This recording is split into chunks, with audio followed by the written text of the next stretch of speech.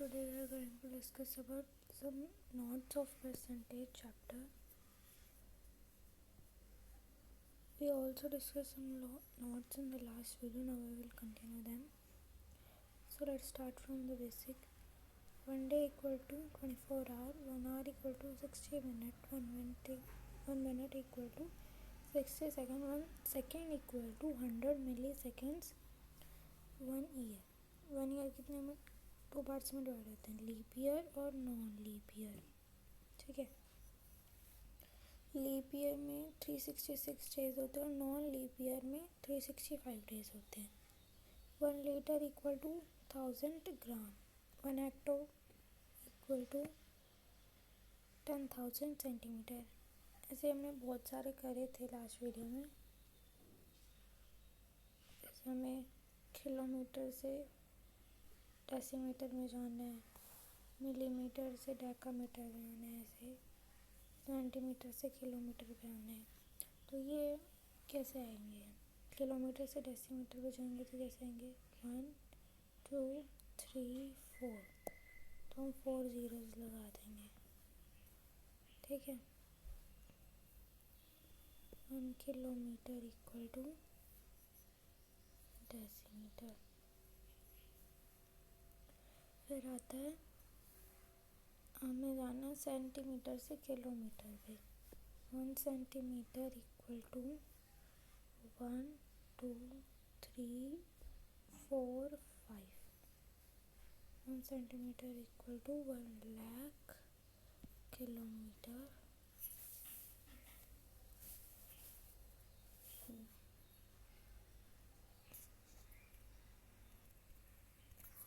1 millimetre से हमें अगर हेक्टोमीटर में जाना है तो 1 2 3 4 5 आएगा. 1 millimetre equal to 1/1 lakh hectometre. और उसमें भी यहाँ पे 1 सेंटीमीटर से अगर हमें 1 सेंटीमीटर से किलोमीटर पे जाना है तो उसमें भी यही होगा.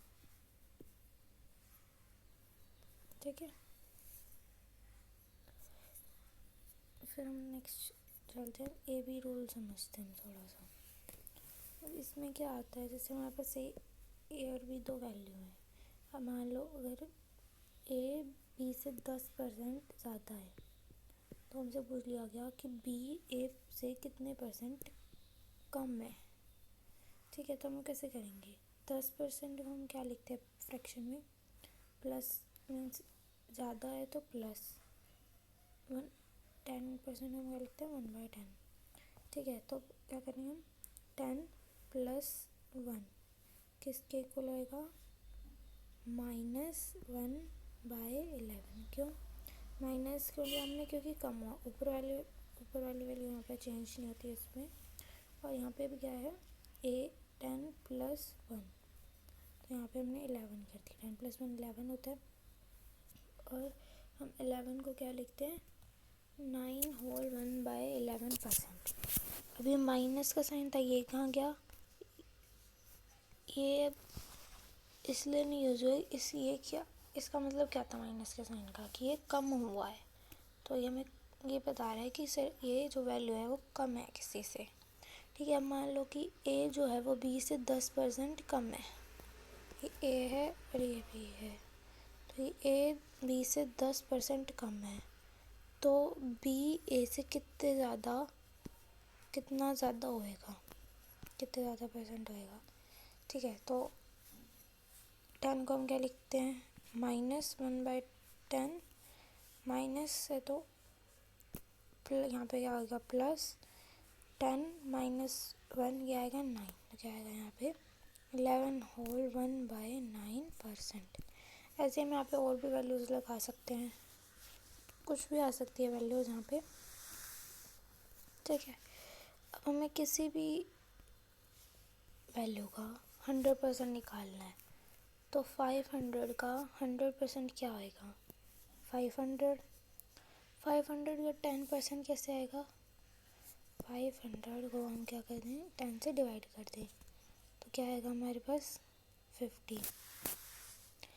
ठीक है, और अगर हमें किसी 1% निकालना है तो हम क्या करेंगे, 500 डिवाइडेड बाय 100, तो क्या आएगा 5।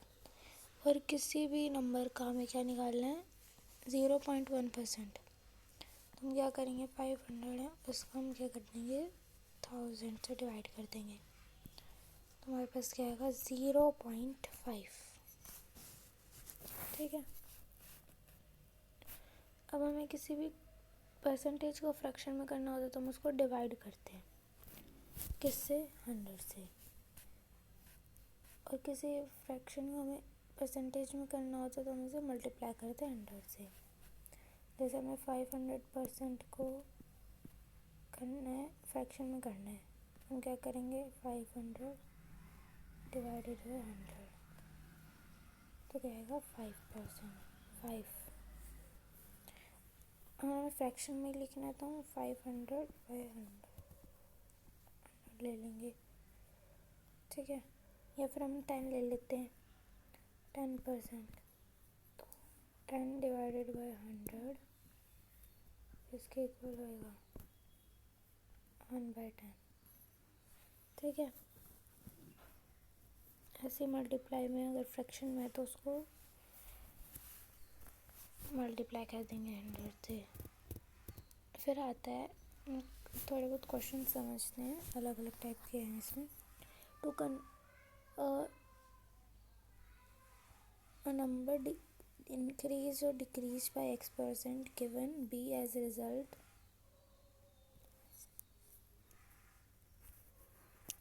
find the number। अब इसमें हम कैसे करेंगे, इसमें हम a डिवाइडेड बाई इंटू सी करेंगे। कैसे, मतलब ये a तो क्या है, जो फाइनल नंबर है, ठीक है। b क्या आएगा, ओरिजिनल नंबर, और c क्या आएगा, जिसकी वैल्यू हमें फाइंड आउट करनी है। ठीक है।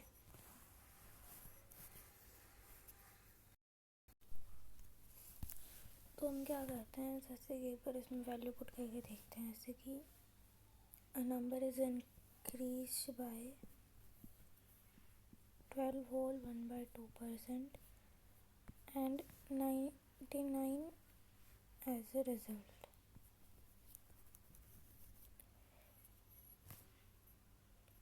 तो हमें क्या निकालना है, इसमें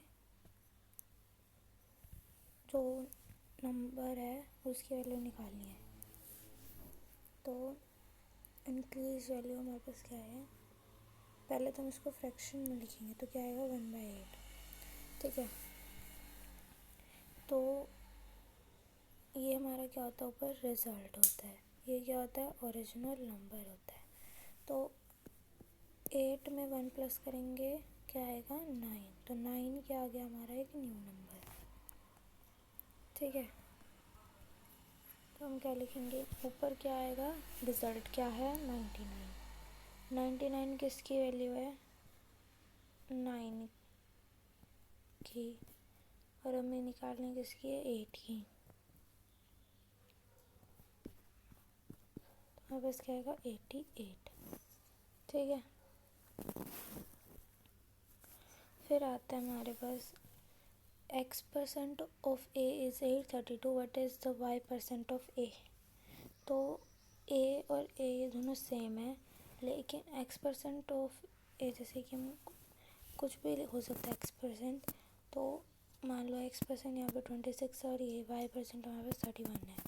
26% ऑफ a क्या है, 832, और हमें y% ऑफ a निकालना है। ठीक है। तो कैसे आएगा, ऊपर हम क्या लिखेंगे, गिवन नंबर वो क्या है, 832। 832 किसकी वैल्यू है, 26 की, और हमें निकालनी किसकी है, इसकी। तो हम इसको सॉल्व करके देखेंगे, जो हमारा आंसर आएगा वो वैल्यू ऑफ ए होएगी। ठीक है। फिर अब कुछ इस टाइप के क्वेश्चंस भी आते हैं, जैसे कि a number multiplied by 3/5 instead of 5/3, find the percent change in result. तो हमें क्या करना था, इस मल्टीप्लाई तो इससे करना था, अगर इससे दिया तो कितने % का चेंज आया, हमें ये पता लगाना है। ठीक है, तो कैसे आएगा, पहले ओरिजिनल और न्यू, तो हमें किसका निकालना था, 5/3 का, निकाल किसका दिया, 3/5 का। अब ये रेशो में ले लेते हैं, हम इनको क्रॉस मल्टीप्लाई करेंगे तो क्या आएगा, 25/9। कितने का डिक्रीज हुआ,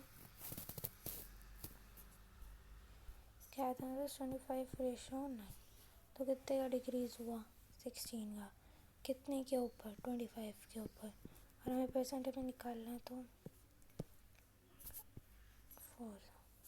ठीक है, तो हमें क्या करना है, 16/25 इंटू 100, 25 1 सा 25 4 सा क्या आएगा, 64। ठीक है, तो हमारे पास 64% का चेंज आएगा। फिर आता है इसमें A's income is 25% more than B's income. Income of B is how much % less than A's income. इसमें हम क्या कौन सा रूल लगाएंगे, ए बी रूल लगाएंगे। तो देखो हमारे पास ये ए है और ये बी है, तो ए की वैल्यू बी से कितने % ज़्यादा है, 25%, जिसको हम क्या लिखते हैं, 1/4। ठीक है, ज़्यादा है तो प्लस का साइन, और यहाँ पे कम की निकाले तो माइनस का साइन, तो 4 + 1 क्या आएगा, 1/5। ठीक है, तो 1/5 क्या आता है, 20%, तो 20% का लेस देन है।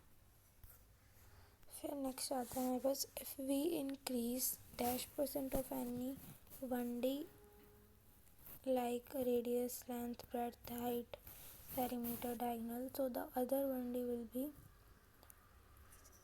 changed by same %।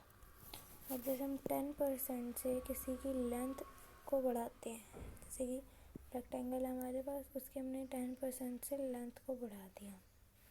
ठीक है, तो जो उसकी ब्रेड्थ है वो भी 10% से बढ़ेगा, जो उसका पेरीमीटर है वो भी 10% से बढ़ेगा, और जो उसका डायगोनल है वो भी 10% से बढ़ेगा। ठीक है,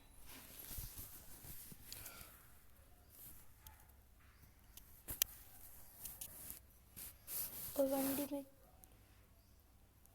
ये सारे आते हैं, जैसे लेंथ, ब्रेड्थ होगी, हाइट होगी, पेरीमीटर, डायगोनल, तो ये सारे क्या होते हैं, 1D होते हैं। और 2D कौन से होते हैं, जैसे कि जिनका एरिया निकाल सकते हैं हम, जैसे सर्कल हो गया, ट्रायंगल हो गया, स्क्वायर रेक्टेंगल। ठीक है, फिर हमारे पास आता है परसेंटेज को, हम 2 टाइप के परसेंटेज होती है हमारे पास, एक तो सिंपल जैसे 1%, 2%, 3%, 4%, लेकिन और कुछ ऐसे आते हैं जैसे कि 11 होल 1/9%, 9 होल 1/11%। ठीक है, तो अब इन दोनों को हमें सॉल्व करने का थोड़ा अलग अलग मेथड होता है, जैसे कि हमारे पास ऐसे हैं सिंपल 1%, 2%, तो इसको हम सक्सेसिव मेथड से कर सकते हैं। जैसे कि हमारे पास पहले 10% का इंक्रीज़ हुआ और फिर 10% का दोबारा इंक्रीज़ हुआ, तो हमें कितने % का टोटल इंक्रीज़ हुआ, तो हम वो कैसे निकालेंगे, देखो 10, इसको या तो हम सिंपल ऐसे लगाएं, A + B + A + B / 100। इसको हम सॉल्व करेंगे, फॉर्मूला तो यही है, लेकिन अगर हम इसको इजी मेथड से सॉल्व करना है, जैसे छोटी छोटी वैल्यू होती है उनको हम फटाफट कैसे सॉल्व कर सकते हैं, जैसे 2 वैल्यूज़ हैं हमारे पास, 10% और 10%, तो पहले इन दोनों को ऐड कर दो, तो क्या आएगा, 20 पॉइंट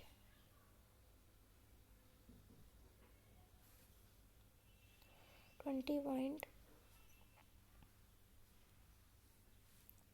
अब 20 पॉइंट हमने डेसिमल लगा दिया, इन दोनों को ऐड करेंगे और डेसिमल लगा दिया, उसके बाद इन दोनों को मल्टीप्लाई कर दूँ तो क्या आएगा, 100। अब हमें लास्ट की 2 डिजिट ही रखनी होती है यहाँ पे, तो यहाँ पे जैसे 90,000 आ जाता, तो भी हम ये लास्ट की 2 डिजिट रखते, इन तीनों को आगे ट्रांसफ़र कर देते, ये 1 है ये यहाँ पे ट्रांसफ़र हो जाएगा, तो जाएगा 25% का उसमें इंक्रीज़ होएगा। ठीक है, रेशो मेथड में क्या होता है, रेशो मेथड में क्वेश्चन से समझते हैं। base of a triangle is increased by 16 whole 2 by 3% and its height is reduced by 33 all 1 by 3%. Find the percentage change in the area of triangle. तो 16 whole 2 by 3 को क्या लिखते हैं 1/6 plus में आएगा क्यों क्योंकि इंक्रीज़ हुआ है इंक्रीज़ हुई है ना इसकी बेस में और 33 और 1/3% में हम क्या लिखते हैं 1/3 वो किस में आएगा माइनस में क्योंकि यहाँ पे रिड्यूस हुआ है तो बेस हाइट किसके इक्वल होएगा एरिया के बेस इंटू हाइट किसके इक्वल होता है एरिया के तो ये हमारा ओल्ड है और ये हमारा न्यू है तो ये हमारा लगता है 1/6 प्लस का और यहाँ पे था 1/3 माइनस का तो पहले हमारे पास क्या वैल्यू थी बेस की 6 अभी क्या होगी 7 6 + 1 7 और फिर हमारे पास होता है पहले हाइट क्या थी 3 अब क्या होगी 2 अब इन दोनों को मल्टीप्लाई करेंगे तो क्या आएगा 18/24 अगर ये हम कटता है तो हम इसको काट भी सकते हैं जैसे 3 जा 1 जा तो क्या आता 9 और 7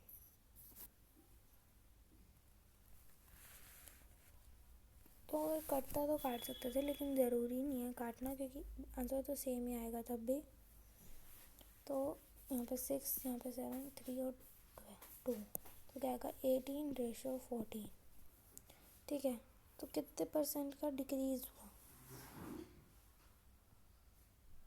4% का कितने में से हुआ 18 में से कितने पे होगा हमें परसेंट निकालना है तो 100 तो क्या आएगा 2 2 ज़ा 2 9 ज़ा तो क्या आएगा 200/9 तो इसको हम क्या लिख सकते हैं 22 होल 2/9% ठीक है तो ऐसे ही हमारा रेशो मेथड होता है इसमें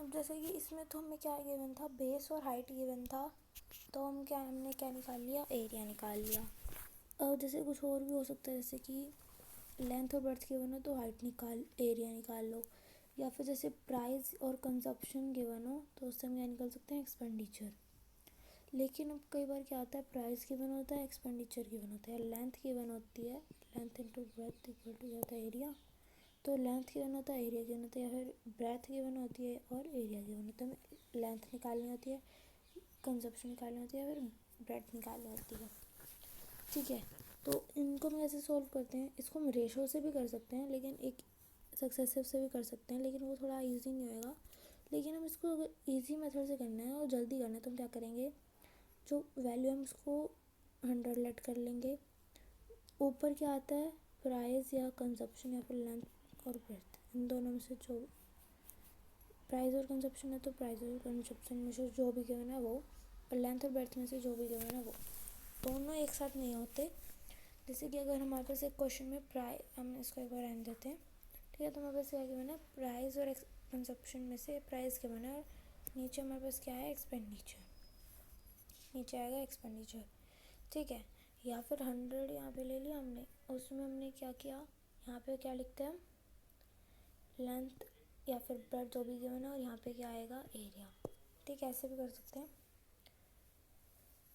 तो ये एक सिंपल मेथड है जैसे कि हमारे पास मान लो लेंथ 10% है ब्रेथ हमें निकालनी है और एरिया 12% है तो हम क्या करेंगे 100 उसमें हम यहाँ पे लेंथ क्या थी 10% तो हम उसको 10% ऐड कर देंगे तो क्या आएगा 110 और यहाँ पे हम क्या लेंगे नीचे 112 क्योंकि 112 जो है वो एरिया है क्यों क्योंकि 100 में हमने 12 ऐड किया तो 112 और 100 में 10 ऐड किया तो 110 तो यहाँ पे क्या आएगा 2/2 कितने का इंक्रीज़ हुआ 2 का कितने के ऊपर 110 के ऊपर कितने में से हुआ 100 के ऊपर मतलब सॉरी 100 आएगा यहाँ पे परसेंट निकाला है ना तो क्या आएगा 220/11 ठीक है ऐसे में हमारे पास अब नेक्स्ट आता है एक इसमें क्या है price increases by 20% person purchases 60 kg how much he can purchase now in the same amount अब इसमें क्या है, एक प्राइस है किसी भी चीज़ का, तो मान लो शुगर का प्राइस है वो 20% इंक्रीज़ हो गया। पहले तो वो पर्सन जो उसके पास मनी थी उससे वो कितना लेता था 60 kg, लेकिन अब भी उसके पास वही सेम मनी है और वो उससे कितने kg लेगा। तो हम क्या लेंगे, जैसे 20% है, 20% को हम पहले फ्रैक्शन में लिखेंगे तो क्या आएगा 1/5, इंक्रीज़ हुआ है तो प्लस 1/5। फिर आता है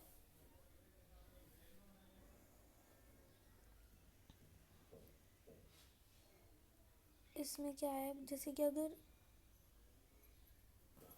इसमें क्या है कि अगर एक्सपेंडिचर या फिर अमाउंट सेम होता है तो क्वांटिटी जो होती है वो प्राइस का रेसिप्रोकल हो जाती है। जैसे कि मान लो हमारे पास प्राइस था 1/1:2, तो क्वांटिटी क्या आएगी उसकी 2:1। ठीक है, तो जैसे कि अब हमारे पास प्राइस क्वांटिटी, ठीक है, तो अब हम क्या करेंगे, हमारे पास 20% का हमने क्या निकाला था 1/5 प्लस का, तो 5 हमारे पास पहले ये ओल्ड ले लेते हैं, यहाँ पे न्यू ले लेते हैं। तो 5 हमारे पास पहले ओल्ड प्राइस था, अब क्या हो गया उसमें 1 ऐड हो गया तो 6 हो गया। और हमें पता है क्वांटिटी क्या होती है, अगर अमाउंट सेम होती है तो क्वांटिटी उसका रेसिप्रोकल हो जाती है प्राइस का। तो हम पहले 6 ले लेते हैं, अब 5 लेंगे। तो 60 kg है वो किसकी वैल्यू है 6 की, और हमें 5 की निकालनी है। ऐसे अगर हम डायरेक्ट निकालें तो क्या आएगी 50 kg। लेकिन अगर हमें नहीं समझ आता कि कैसे आया तो हम क्या करेंगे, हम एक बार हटाते हैं, समझ नहीं आता कि जैसे ये अगर ये तो 60 है हमारे पास इसकी वैल्यू, तो 5 की कैसे आएगी। तो 60 किसकी वैल्यू है 6 की, किसकी 60 लिखा हमने ऊपर गिवन है जो, किसकी वैल्यू है 6 की, और हमें निकालनी किसकी है 5 की 10। तो ऐसे भी आ जाएगा हमारे पास 50 kg। ठीक है, एक हमारा लास्ट क्वेश्चन बचा है, इसको हम डिस्कस कर लेते हैं। इसमें क्या है कि price of Redmi note 9 pro max decrease by 10% and again decrease by 10%, find the decrease price. अब इसमें हम सीरीज कंसेप्ट लगाएंगे, वो कैसे, जैसे कि हमारे पास एक ओल्ड वैल्यू यहाँ पे x इंटू 10 को हम क्या लिखते हैं 1/10। तो अब इसमें डिक्रीज़ हुआ है तो 10 माइनस 1 9, कितने पे 10 पे, इंटू में दोबारा डिक्रीज़ हुआ है तो वही 9/10 किसकी इक्वल होगी, उसकी वैल्यू y की इक्वल। y क्या है न्यू वैल्यू, ये x क्या है ओल्ड वैल्यू। ठीक है, तो x ये x y यहाँ पे ले आएंगे, इन दोनों को वहाँ पे ट्रांसपोज कर देंगे, तो यहाँ पे क्या आएगा 81 डिवाइडेड बाई 100, यहाँ पे आएगा x बाई, यहाँ पे इन दोनों का ये यहाँ पे जाएंगे तो रेसिप्रोकल हो जाएगा, क्या आएगा 100/81। तो ये 100 किसकी वैल्यू x की, y की वैल्यू क्या है 81। तो कितने परसेंट का डिक्रीज़ हुआ इन दोनों में 19%। कितने का डिक्रीज़ हुआ 19 का, कितने पे हुआ 100 पे, कितने में से हुआ 100, सॉरी यहाँ पे 100 लिखेंगे परसेंटेज है, तो यहाँ पे क्या आएगा 19%, परसेंट था ना ये। अगर ये समझ थोड़ा सा सीरीज कॉन्सेप्ट, ये सीरीज कॉन्सेप्ट तो इसमें ये होता है कि ओल्ड वैल्यू इनटू में जो परसेंट डिक्रीज और इंक्रीज हुआ है किसके इक्वल होएगा, जो हमें वैल्यू फाइंड आउट करनी है। ठीक है, तो या तो हम ऐसे करें, इसका कॉन्सेप्ट तो ये है, लेकिन अगर इसमें थोड़ा मुश्किल लगता है तो हम इसको सक्सेसिव में से कर सकते हैं। जैसे ये 10% पहले डिक्रीज़ हुआ फिर 10% डिक्रीज़ हुआ, तो देखो पहले इन दोनों को ऐड करो, क्या आएगा 20। अब इन दोनों को दोबारा क्या करो, अब इन दोनों को मल्टीप्लाई करो तो क्या आएगा 100। अब यहाँ पे जब ये हम यही दो रख सकते हैं 20, अब ये 1 है डिक्रीज़ हुआ है ना, तो ये माइनस होएगा यहाँ पे जाके, तो क्या बन जाएगा 19/19.00, क्या आएगा सिंपल 19%। अब आप सोचोगे जब पहले हमने 10% वैल्यू ली थी तो उसमें 21 कैसे आया था, उसमें इसलिए आया था क्योंकि वहाँ पे हमने ऐड किया था। अगर हम वहाँ पे डिक्रीज़ करते दोनों को तो हमारे पास क्या था 19%, और यहाँ पे अब हमने दोनों में क्या करा है डिक्रीज़ करा तो यहाँ पे 19% आया है। ठीक है, आगे के अगर कुछ नोट्स होंगे तो वो हम नेक्स्ट वीडियो में कंटिन्यू करेंगे। So thank you, have a nice day.